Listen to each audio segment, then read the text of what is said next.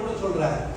அதுல இவ்வளவும் அவனிடத்துல பேசின போதிலும் அவனுடைய இருதயம் உணர்வடையாமல் இருதயம் கடினப்பட்டு அவனுடைய வாழ்க்கையில அந்த பெரிய ஒரு பதவியை அவன் இழந்து போனான். இந்த 13ஆம் அதிகாரத்துல சீஷர்களுக்கு ஏன் ஆண்டவருக்கு காரியத்தை கற்றுக் கொடுக்கிறார் என்றால் அது 14ஆம் வசனத்தில் சொல்றார். போதகரும் ஆண்டவரும் போதகருமாகிய நானே உங்கள் கால்களை கழுவினது உண்டானால் நீங்களும் ஒருவர் காலை ஒருவர் கழுவ கடவுள்கள்.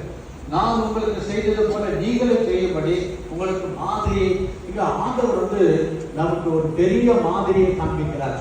நம்ம எப்படி பார்த்து கொள்ள வேண்டும், நாம் எவ்விதமாக மற்றவர்களுக்கு முன்பாக நடக்க வேண்டும் என்பதை நம்முடைய கிறிஸ்தவ வாழ்க்கையில ஒரே ஒரு காரியம் என்னன்னா, இந்த மாதிரி ஒரு ஆண்டவரை, இந்த மாதிரி ஒரு தேவனை உலகத்தில் நாம் எங்கும் பார்த்திருக்க முடியாது.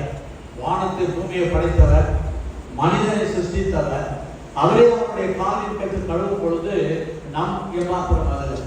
அதனால் இந்த 13ஆம் அதிகாரம்